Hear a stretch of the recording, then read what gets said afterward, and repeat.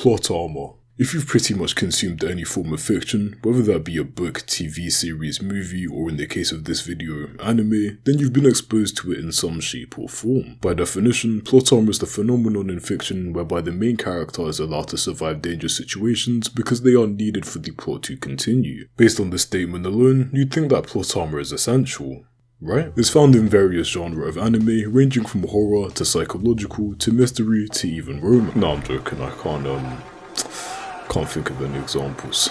But the genre where you'll find the most plot armor is action/shonen, where the main cast constantly finds themselves within conflict or a fight. Some series handle the concept of plot armor extremely well, examples of this being Jujutsu Kaisen and Chainsaw Man, and some handle the concept of plot armor so badly that it makes the situation of a character getting absolutely shat on in a fight, remembering he's got bitches back home, getting up and one pumping his ops and then leaving look like absolute peak fiction. Examples of this include series such as Fairy Tail. And that's it.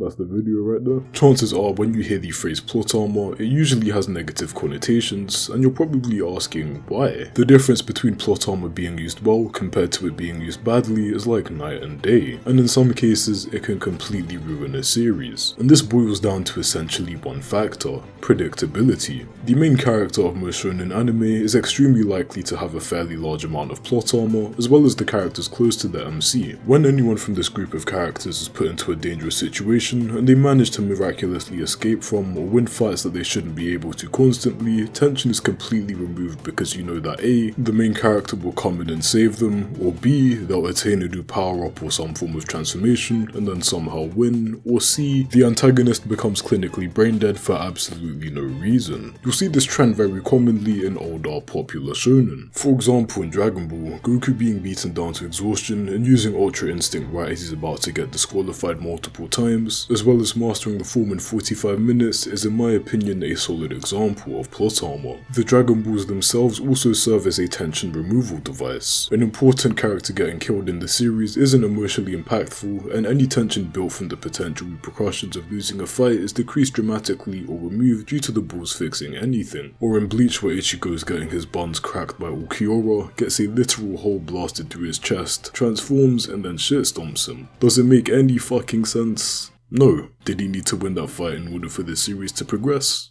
Yes. Now that's not to say that the writing quality for both of these series is bad, but they do suffer as a result of plot armor being used as a crutch when an author has seemingly written themselves into a corner. But the thing is, every shonen needs plot armor as a device in order for the story to make any form of progress. Realistically, if a lot of these series had no plot armor, the main cast would get smoked instantly if their opponents weren't holding back off the jump, and that's why it's such a commonly used device. And while I do say every shonen, one comes to mind that's slightly different. Just like having too much plot armor, there are also cases of having too little plot armor, something that Akame ga Kill suffers from. Instead of the main cast of characters avoiding conflicts or winning fights they shouldn't, Akame ga Kill flips the narrative on its head and places its main characters into conflicts, stacking them against overwhelming odds and letting them die as a result. The characters are introduced and built upon through backstory, giving you the impression that these characters will be important to the plot. Then the first dies, which is a fairly large twist from what usually happens, but then the next character dies, and the next dies, and the next dies in the exact same format. The shock factor is lost, and what happens next becomes predictable. If there's such a thing as too much plot armor and too little plot armor, then what's an example of a perfect balance? Jujutsu Kaisen. A few anime follow the trope of the main character having some form of demon inside of them that constantly gives them power-ups when in dire situations, sometimes with seemingly no repercussions. Black Clover, Bleach, and Naruto come to mind, and at first, while it seems like Itadori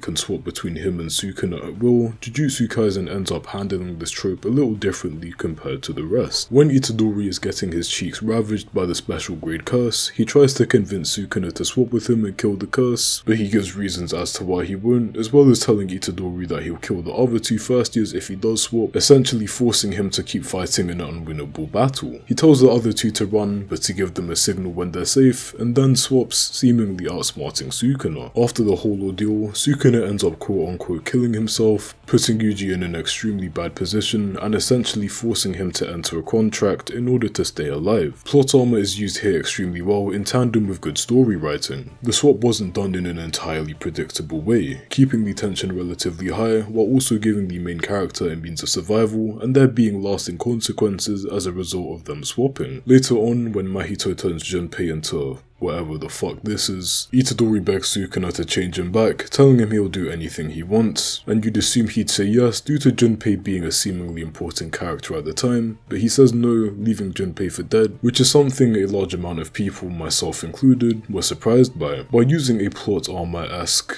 does that make sense? Device like Sukuna, JJK is able to evade being predictable and keeps viewers thinking and theorizing. In the past, I feel like plot armor had a fairly negative reputation, likely because of how much it was used in older anime, but as time goes on and newer series release, I do feel like authors are using plot armor in a much more creative way, which I personally enjoy a lot. At the end of the day, plot armor is integral to a series. Without any at all, the series ends in the first episode, but with too much, the series becomes utter trash. As with a lot of things, as long as it's done in moderation and with thought, I have absolutely no problem with it. Thank you for watching and have a nice day.